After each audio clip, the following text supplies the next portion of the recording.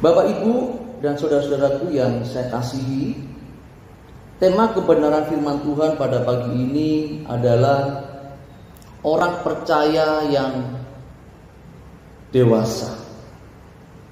Orang percaya yang dewasa, Bapak Ibu. Menjelang kedatangan Tuhan Yesus yang kedua, dunia tidak akan semakin baik. Dunia akan terus bergejolak, Bapak Ibu. Dunia akan terus digoncang oleh Tuhan. Terus akan digoncang oleh Tuhan sampai Dia datang, Bapak Ibu.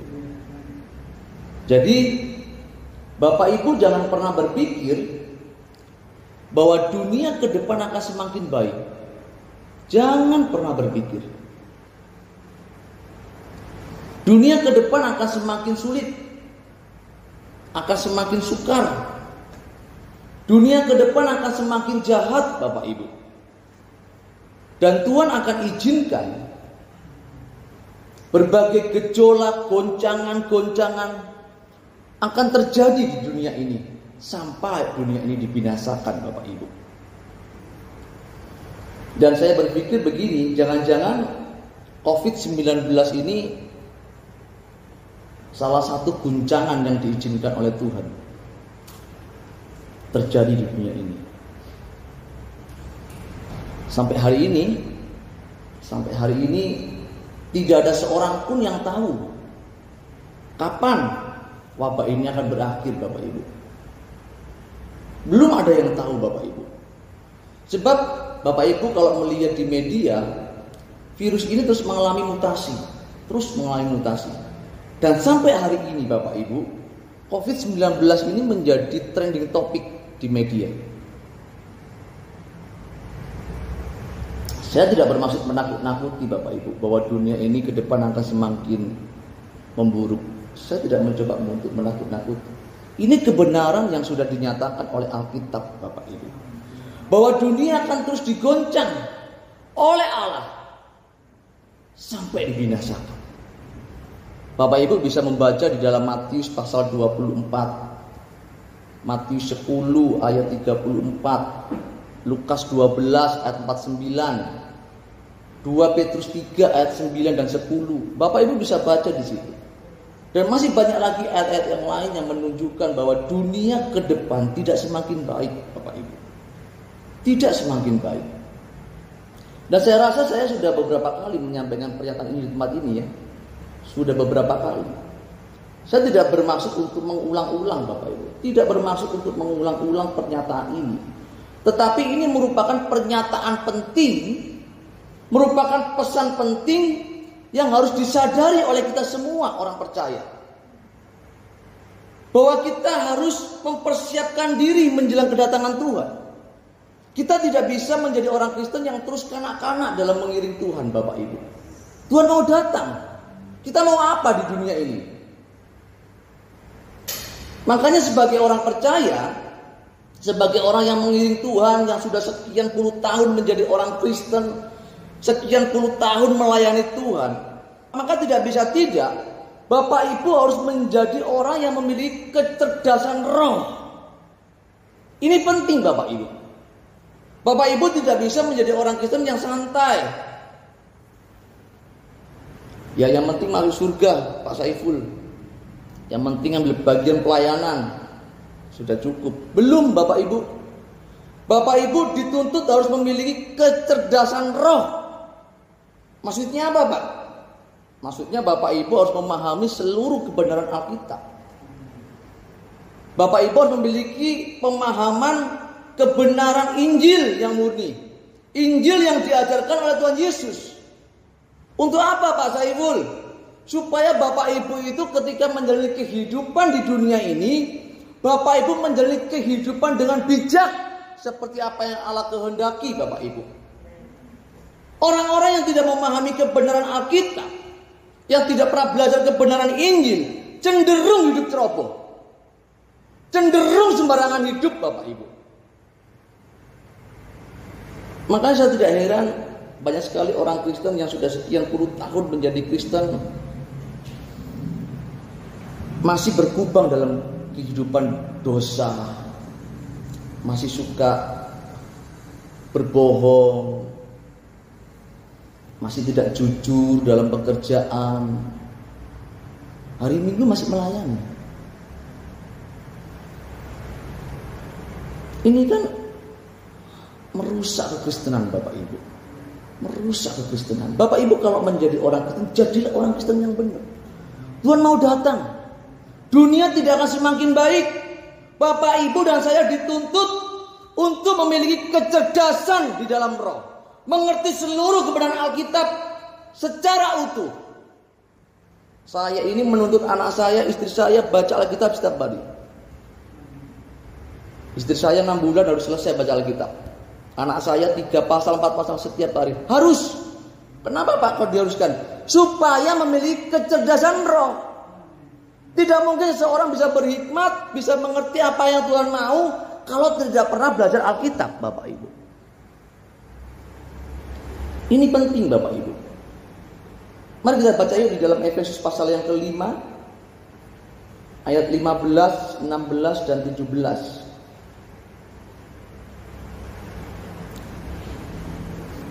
Orang yang tidak memahami kebenaran Alkitab, dia tidak akan pernah mengerti rencana Allah. Efesus pasal 5 ayat 15 sampai ayat yang ke-17. Bapak Ibu perhatikan dengan baik-baik. Saya akan bacakan. Efesus pasal 5 ayat 15, 16 dan 17. Demikian firman Tuhan. Karena itu perhatikanlah dengan seksama bagaimana kamu hidup. Janganlah seperti orang bebal, tetapi seperti orang arif. Dan pergunakanlah waktu yang ada. Karena hari-hari ini adalah jahat, Bapak Ibu. Sebab itu janganlah kamu bodoh. Janganlah kamu bodoh. Tetapi usahakanlah supaya kamu mengerti kehendak Tuhan. Di sini Rasul Paulus menjelaskan kepada jemaat di Efesus bahwa hanya orang yang mengerti kehendak Allah yang hidupnya itu berhati-hati. Sehingga dia menciptakan kehidupan yang bijaksana, Bapak Ibu. Jadi kalau seseorang tidak mengerti kehendak Tuhan, bagaimana seorang bisa mengerti kehendak Tuhan kalau dia nggak belajar? Saya tidak pernah dengar orang pintar tanpa belajar, saya nggak pernah dengar. Namanya orang pintar pasti belajar. Dan tidak mungkin seseorang bisa mengerti kehendak Tuhan kalau dia tidak bertekad dan tekun untuk belajar mengerti apa yang Tuhan kehendaki yang sudah dituliskan dalam Alkitab, Bapak Ibu. Jadi sesuatu yang mustahil kalau seorang tiba-tiba bernubuat tanpa mengerti isi Alkitab. Saya curiga. Kalau seorang bisa berbahasa roh tapi kalau hidupnya tidak menunjukkan buah-buah rohnya, saya curiga. Dibutuhkan kecerdasan roh, Bapak Ibu, supaya kita dapat menyingkapi kehidupan ini dengan bijaksana. Hidup kita berhati-hati, karena dia tahu apa yang Tuhan kehendaki untuk dia lakukan. Kalau seorang tidak tahu apa yang dimau Tuhan, kira-kira hidupnya seperti apa?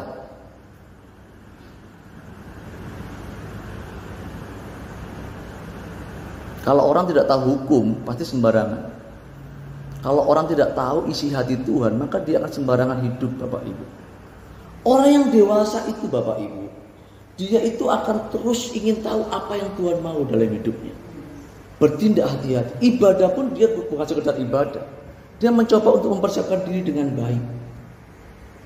Ibadah bukan cuma di gereja 2 jam. Enggak. Di dalam seluruh waktu hidup kita. 24 jam. Bagaimana sikap kita di rumah. Bagaimana sikap kita di pekerjaan.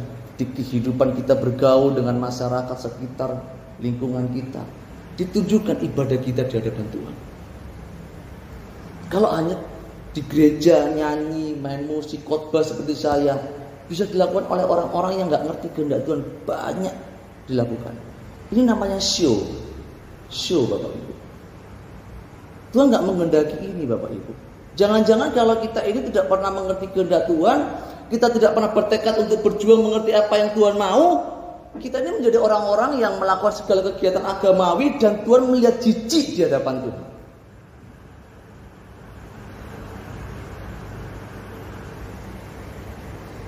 Bertekad belajar terus supaya kita dapat membedakan mana kehendak Tuhan yang baik, yang berkenan kepada Allah dan yang sempurna. Makanya ketika seseorang sudah mengerti kehendak Tuhan, dia tahu apa yang Tuhan mau, dia sudah tidak sibuk lagi dengan membangun kerajaan di bumi, Bapak Ibu. Dia tahu dunia ini akan berakhir. Dia akan sibuk mempersiapkan diri ketika dia menutup mata, didapati Tuhan berkenan. Seluruh kegiatan aktivitas hidupnya diperuntukkan hanya untuk Tuhan, Bapak Ibu. Pujian tadi yang terakhir mengatakan Tuhan itu satu-satunya keindahan yang membuat keindahan dunia ini menjadi pudar.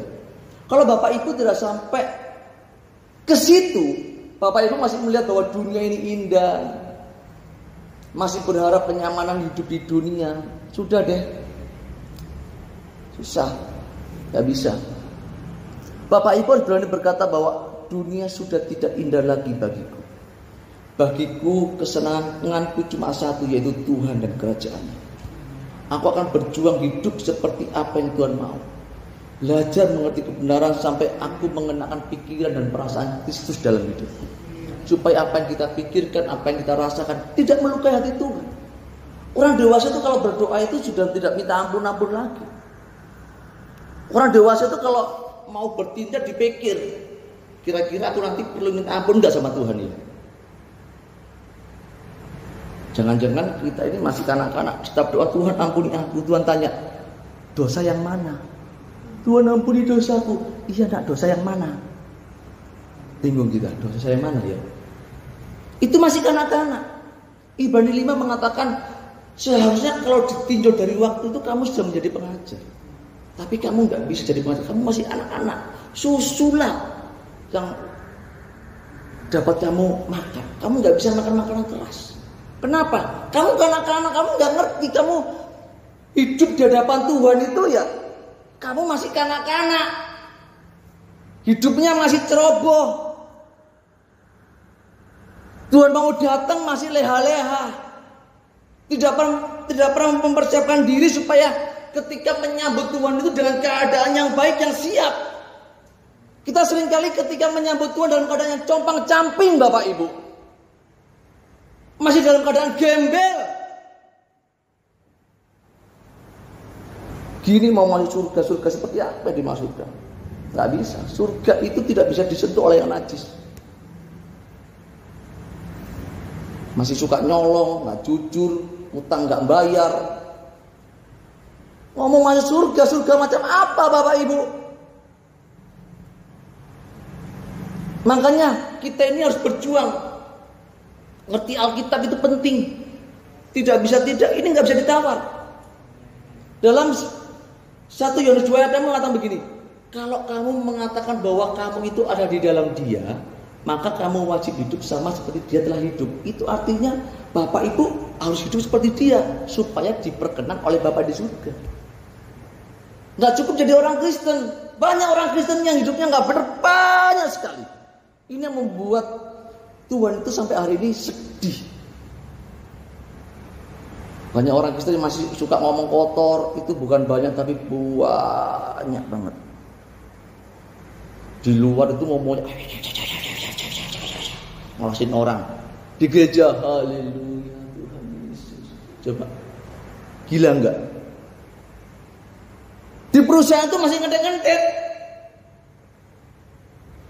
Di gereja melayani.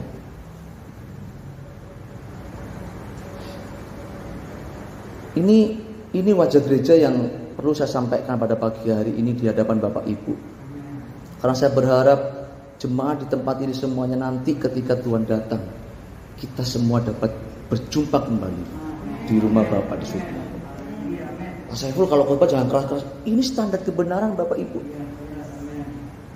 Saya tidak ngomong Bapak Ibu kalau masuk gereja mau surga, melayani. Enggak. Kalau Bapak Ibu hidupnya nggak berkenan, tidak diterima oleh Tuhan. Dan semua perbuatan yang kita lakukan adalah kejijikan di hadapan Tuhan. Karena Semua yang kita lakukan hanya perintah manusia, kita bilang.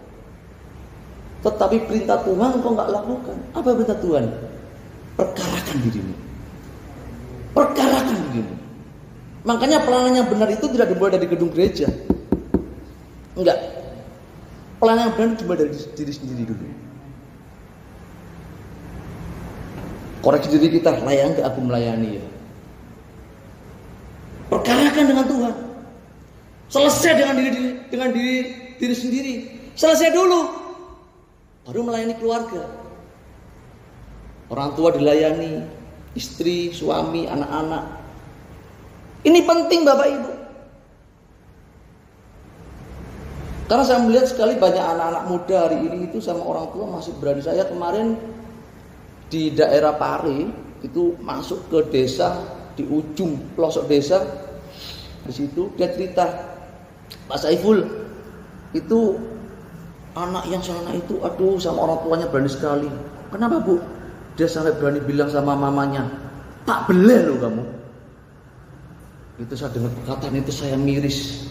Sampai anak bilang ke orang tuanya yang sudah tua, rentan, sudah rapuh, kemudian anaknya sudah dibesarkan dari kecil, digendong, disusui, dicebokin. Kalau sakit dibawa ke dokter, sudah gede, bilang sama mamanya, tak beleh loh kamu. Ini anak macam apa ini? Ini kalau orang Kristen ini nggak layak masuk gereja. Ini jadi sampah dalam gereja ini. Jangan sampai kalau orang tua kita sudah meninggal nangis-nangis, nggak berguna.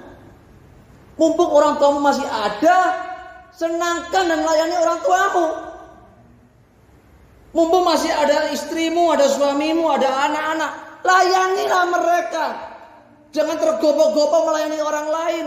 Layani dirimu sendiri, layani orang tuamu, layani keluargamu, layanilah orang lain.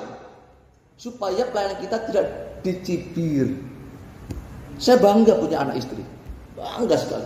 Dia bilang saya senang kalau dengar khotbahnya papa. Loh, kenapa? Karena saya jadi contoh di rumah. Saya tidak sibuk ingin terkenal, enggak.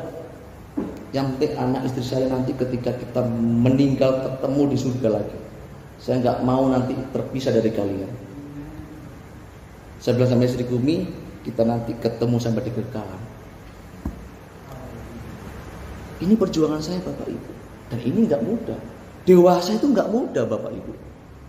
Bapak Ibu tahu emas yang kalau dipakai orang anting-anting itu dari jauh mengkilau ya, dipakai kalung bagus. Bapak Ibu tahu enggak? Itu diambil dari tanah, lumpur yang bercampur. Prosesnya panjang Bapak Ibu. Panjang prosesnya. Harus melalui proses dipanaskan, dipisahkan, ditampi sampai menjadi anting yang bagus, kalung yang bagus. Itu melalui proses yang panjang. Bapak Ibu kalau mau menjadi emas yang murni, emas yang berkilau, Bapak Ibu harus masuk proses. Nggak bisa instan Bapak Ibu. Nggak ada rumusnya instan. Tuhan itu suka sama proses. Tuhan menciptakan langit dan bumi pun ada prosesnya. Hari pertama, hari kedua, ada prosesnya. Bapak Ibu kalau menjadi orang dewasa, ada prosesnya. Belajar dari diri sendiri. Melihat dunia sudah semakin baik. Jangan mengingini dunia. Ini penyangkalan diri yang sangat, kalau saya bilang sakit Bapak Ibu. Pak kan hidup wajar kan boleh? Enggak boleh.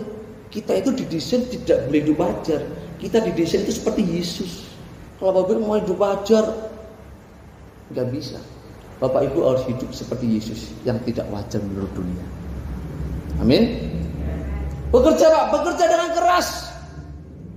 Saya ini kalau kerja Bapak Ibu tanya sama istri saya ini kalau kerja bisa sampai 12 jam, 18 jam sehari. Istri saya bilang, papi ini kurang tidur. Ya gimana, saya pulang masih belajar, kerja masih dengerin Alkitab, masih siapin khotbah bawa buku Bu. Mana-mana bawa buku belajar. Di rumah masih belajar lagi, tanya sama anak-anak, gimana baca Alkitabnya? Apa yang nggak ngerti, tanyai, gitu ya. Oh Pak ini masih kalau anak tanya, masih nongkrongin anak-anak nanya, anak-anak tanya jawab sama anak-anak. Waktu saya masih bukan banyak. Waktu saya itu bener-bener, padet, full padet Bapak Ibu. Bekerja. Kenapa Pak saya bekerja? Supaya saya bertanggung jawab sebagai manusia memiliki hakikat kerja. Saya diciptakan tentu punya hakikat kerja. Saya nggak boleh matikan hakikat ini. Bertanggung jawab dengan kehidupan saya, dengan anak istri. Bertanggung jawab dengan kehidupan saya di hadapan Tuhan. Bagaimana saya bisa beli buku kalau saya nggak bekerja? Bagaimana saya bisa beli kuota kalau saya nggak bekerja? Pakai iman, Pak. Nggak bisa, Bapak Ibu. Bayar listriknya waktu habis ditagih bayar listrik ini waktu yang bayar. Sebentar Pak ya, saya bayar pakai iman ya. Nggak bisa, pakai duit. Orang dewasa itu rajin. Orang dewasa itu nggak males. Kalau Bapak Ibu menjadi orang yang mengatakan aku dewasa di hadapan Tuhan, tapi masih malas, tidak produktif, curiga diri Anda. Pak, tapi saya benar khotbah. Orang khotbah ini bisa belajar 4 tahun di sekolah teologi. Ngomong seperti saya ini gampang Bapak Ibu, gampang. Yang susah itu melakukannya. 4 tahun belajar di sekolah teologi mudah. Ngomong setiap hari praktek khotbah, diajari hermeneutik, diajari eksegesi secara menafsir, bisa. Yang susah itu bukan ngomongnya Bapak Ibu. Yang susah itu bagaimana menghidupi apa yang diomongkan. Karena orang dewasa itu yang dipegang perkataannya, omongannya. Kalau saya ngomong di sini kemudian saya nggak melakukan, biar saya dikutuk sama Tuhan. Saya ngomong ini bergumul Bapak Ibu. Saya menyiapkan khotbah ini bergumul Bapak Ibu. Saya nggak main-main. Ini sampai tadi malam saya jam berapa saya nyiapin ini, bergumul ini. Dan pagi hari ini saya mengajak Bapak Ibu untuk bersama-sama dengan saya. Kita dewasa di hadapan Tuhan. Amin. Tuhan mau datang. Jangan main-main lagi ini Tuhan. Jangan punya kesukaan lain selain Tuhan Bapak Ibu. Hendaklah engkau bijak. Dunia tidak semakin baik. Jadilah engkau arif. Pergunakan waktu yang ada. Saya kemarin ditelepon sama tamu saya di Jakarta. Pak Saiful kena COVID ya? Oh enggak Pak, kenapa Pak? Saya pulang dari Jakarta, saya kena COVID gitu. Loh, kena COVID, minum vitamin ya Pak? Sama saya di Jumat yang bulan yang lalu. Selasa dia telepon saya kena COVID ya. Dia tamu langganan saya.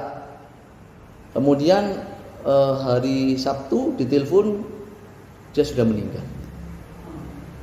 Sudah meninggal. Saya mendengar berita ini, saya duduk merenung di hadapan Tuhan. Hidup manusia itu begitu singkat ya. Singkat sekali. Tidak ada yang tahu. Tadi malam teman saya di grup Mahanaim, Pak saya positif. Oh iya Bu, banyak yang kena soalnya. Banyak yang kena sekali. Kenanya tanggal 1 kemarin Pak. Oh iya, sudah minum vitamin, saya kasih vitamin ini. Oh sudah ya udah. Ya udah nanti saya kesana ini mau kasih pepaya, saya beli pepaya nanti. Dia bilang Pak, Bu Kris sudah dipanggil Tuhan. Hah? Orang-orang dekat saya. Saya melihat hidup ini singkat. Bapak Ibu yang dengar khotbah ini nggak tahu kapan nggak tahu nanti kita nggak berjumpa lagi di minggu depan, kita nggak tahu. Saya nggak tahu hari ini pun ini hari terakhir saya juga nggak tahu Bapak Ibu. Makanya Bapak Ibu, ayo pergumulkan hidup kita. Jangan main-main. Dunia tidak semakin baik. Covid nggak tahu kapan akan berhenti. Saya ini orang lapangan, jadi tahu daerah-daerah mana yang benar-benar mengerikan kondisinya. Saya kemarin sama Ibu Gembala, Bu, banyak sekali yang kena, ya, banyak perumahan itu full orang kena Covid, karantina mandiri, banyak banget. Saya marah anak istri saya keluar, nggak boleh keluar, ya.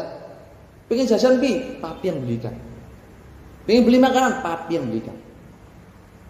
Saya shifting, saya pakai masker double, pakai sarung tangan, pakai jaket, pakai kerudung, pakai helm, pakai kaca, nggak saya lepas. Ya, ketemu orang pun saya nggak saya lepas. Kenapa? Saya harus bijaksana menyikapi hidup. Mati oke lah, tapi matilah yang bijaksana. Meninggal yang bijaksana. Jangan ngomong aku orang Kristen pasti dilindungi Tuhan. Kena lu kalau kamu gak jaga diri. Saya pendeta doakan orang COVID, kena pasti. Bijaksanalah kalau kita dewasa itu bijaksana Bapak Ibu.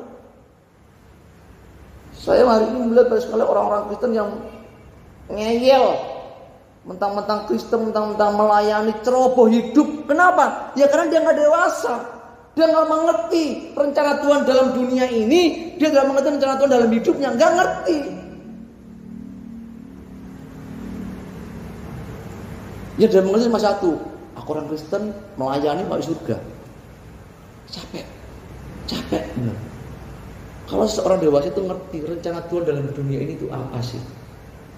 Dia menghendaki supaya jangan ada yang binasa satupun. Dan kita dituntut untuk menyelamatkan jiwa-jiwa. Dan tugas kita bersama. Tugas pendeta sama penginjil Pak? Enggak. Tugas orang percaya. Makanya pada zaman ini dikatakan mengingat pengorbanan dia. Barang siapa tidak mau mengingat dan melakukan, dia nggak layak. Artinya kalau Bapak Ibu minum perjamuan terus tidak dapat menjadi saksinya Tuhan, Bapak Ibu nggak layak. Bapak Ibu kalau minum perjamuan, minum anggur perjamuan, ingat pengorbanannya. Dan dia mengatakan pergilah jadikanlah semua bangsa muridku. Itu perintah. Bukan nggak layak itu anak kecil nggak layak, bukan. Bapak Ibu nggak layak itu kalau Bapak Ibu tidak mau melakukan apa yang Tuhan kehendaki. Itu nggak layak. Pas saya penginjilan, sampai hari ini saya penginjilan. Sampai hari ini saya bergaul dengan orang-orang dunia, dengan driver, dengan orang Gojek, dengan masyarakat di sekitar, dengan anak-anak jalanan. Sampai hari ini saya melayani. Pas saya pun nggak bergaul dengan orang-orang gereja aja. Ya kalau saya ketemu dengan garam ketemunya darah tinggi. Darah tinggi ini garam semua. Kalau saya ketemu garam terus ketemunya gegeran. Garam itu ditempatkan di tempat yang ada garam supaya berfaedah, berguna. Amin. Ini lampunya sudah terang, ini dikasih lampu lagi kan. Kita ini semua terang. Kalau terang ketemu terang silong. Orang nggak mau lihat, terlalu silong. Bapak Ibu harus ada di tempat di mana nggak ada terang. Itu fungsi kita. Dan ini tanggung jawab kita bersama. Bukan tanggung jawabnya pekerja, bukan tanggung jawabnya pendeta. Tanggung jawab kita semua sebagai orang percaya. Harus mengerjakan tanggung jawab besar ini. Dan untuk bisa dipercaya Tuhan melakukan pekerjaan besar, diharuskan dewasa. Anak kecil gak ngerti pekerjaan Tuhan. Anak kecil gak bisa kasih tanggung jawab, gak bisa. Hanya orang dewasa. Anak saya suruh kerjain pekerjaan yang berat, ya mungkin. Oleta masih kelas 2 SMP, ya belajarnya cuci baju kecil-kecil. Ya cuci baju buku sendiri ya nak, dilihat bersindak, dilihat. Cuci piring, diajar cuci piring. Mamanya nggak bisa, mamanya bisa. Tapi ngajarin anak saya nanti supaya dewasa, dia dipercaya dengan pekerjaan yang besar. Bapak Ibu kalau menjadi orang Kristen, mau dipercaya dengan pekerjaan yang besar, belajar dari pekerjaan-pekerjaan yang kecil. Amin. Setia dengan pelayanan Tuhan, setia dengan keluarga, jujur, itu penting, hal-hal remeh. Tapi itu berpengaruh besar dalam pengiringan kita di hadapan Tuhan. Di perusahaan, berusaha jujur, baik, memberikan kontribusi yang baik itu perusahaan supaya nggak bangkrut. Jangan cuma mau terima gajinya, tapi nggak mau kerja. Ini kalau orang Kristen sama marah-marah. Dan seringkali saya melihat orang Kristen itu gitu loh. Saya ini jujur Bapak Ibu, saya ini selama kerja sama orang Kristen selalu mengecewakan. Setiap kali kalau saya ada order pakai orang Kristen, drivernya orang Kristen, pasti bermasalah. Kemarin ini saya pakai orang Kristen. Kemarin ini namanya Markus, bukan Pak Markus ini. Namanya Markus. Bermasalah. Nyolong BBM. Ini bukan menjelekan orang Kristen. Cuma saya bilang begini, kalau jadi orang Kristen, jadilah orang Kristen yang benar Bapak Ibu. Please saya mohon di mimbar ini. Ini mimbar yang dipakai untuk menyuarakan firman Tuhan. saya berbicara di tempat ini, saya mohon kepada Bapak Ibu, please deh, kalau jadi orang Kristen, jadilah orang Kristen yang benar. Jangan main-main lagi. Bapak Gembala sudah pulang di surga. Kalau bisa kita ketemu di sana. Amin. Amin. Jangan nanti Bapak Gembala di surga, kita di tempat yang lain. Bapak Gembala sedih nih. Sedih loh, Bu. Ngurus jemaat itu nggak mudah. Makanya saya ini belum sempat buka gembala sidang karena saya belum siap. Jadi gembala itu repot. Ngurusin satu orang aja repot, apalagi ngurusin 100 orang, Bapak Ibu. Karakternya beda-beda. Ini dibilangin ditegur gondo, yang ini dibilangin masih ngelawan. Makanya Bapak Ibu, jadilah orang Kristen yang baik supaya Bapak Ibu kembali di tempat ini nggak ngenes. Setuju? Setuju ya? Kalau Bapak Ibu dewasa, ngerti tanggung jawabnya sebagai orang percaya, saya percaya kok pelayanan di tempat ini akan disertai Tuhan. Jadi bukan tergantung dari pemain musiknya, WL-nya, pengkhotbahnya, tergantung dari pribadi-pribadi Bapak Ibu. Ya, berjuang dengan saya. Mulai bersikap benar di hadapan Tuhan, menempatkan diri secara benar di hadapan Tuhan. Oh, aku ini anak. Namanya orang tua mengharapkan anaknya dewasa, tumbuh secara normal. Begitu kan? Nggak ada orang tua berharap anaknya, nak jangan gede-gede ya, nak kecil terus ya, nak. Nggak ada. Namanya orang tua itu berharap, nak kamu tak kasih gizi yang bagus, makanan yang bagus, asupan yang gizi yang baik, supaya kamu bertumbuh menjadi anak yang normal, yang cakep, yang dewasa. Nanti ketika dewasa orang tuamu disenangkan. Harapan orang tua kan begitu. Begitu pula dengan Tuhan, Bapak Ibu. Tuhan menghendaki itu anak-anaknya ketika dia mengenal kebenaran, dia dibenarkan dulu. Ya, sekalipun kamu nggak benar, nak, dibenarkan dulu. Diajarin supaya benar, pelan-pelan. Berharap lewat kebenaran yang diajarkan lewat mimbar ini, engkau semakin hari semakin dewasa. Ya, ketika nanti pekerjaan yang sudah dipersiapkan untuk kita siap. Tuhan, aku sudah dewasa, sudah siap untuk ambil tanggung jawab pekerjaanmu. Jangan sampai kita jadi anak-anak terus. Dikasih tanggung jawab, bilang, Tuhan, aku pengennya itu minta-minta terus sama Tuhan. Nah, waktumu itu bukan minta-minta. Waktumu itu kamu dituntut dinikmati oleh Tuhan, bukan menikmati Tuhan terus. Ada waktunya kita menikmati Tuhan, ada waktunya kita dinikmati Tuhan. Itu orang dewasa. Kalau anak kecil enggak, minta terus. Betul ya? Minta terus. Kalau orang dewasa enggak, mulai tanya, Tuhan, apa yang harus aku lakukan supaya engkau disenangkan? Tuhan, apa yang menjadi pergumulanmu untuk aku lakukan? Beda lagi. Orang dewasa itu enggak perlu minta-minta, tahu. Oh, Alkitab bilang orang benar, orang percaya tidak akan ditinggalkan. Jangan seperti orang yang enggak kenal Tuhan. Minta-minta, khawatir dengan pakaian, khawatir dengan apa yang dia makan, khawatir dengan apa yang dia minum. Itu orang yang gak kenal Tuhan, gak kenal Bapaknya. Kalau orang yang kenal Bapaknya, ngerti Bapaknya gak akan tinggalkan dia. Dia kerjakan bagiannya, Tuhan kerjakan bagian Tuhan. Itu orang dewasa. Menempatkan diri secara benar di hadapan Tuhan, itu penting untuk dimengerti oleh kita semua. Supaya ketika Tuhan datang, dunia diakhiri, kita didapati sebagai orang-orang yang setia. Berjuang dengan saya, berjuang dengan Ibu Gembala, berjuang dengan orang-orang yang mau hidup dewasa di tempat ini, supaya kita semua dilayakkan ketika Tuhan datang kedua kali. Tuhan berkati. Amin.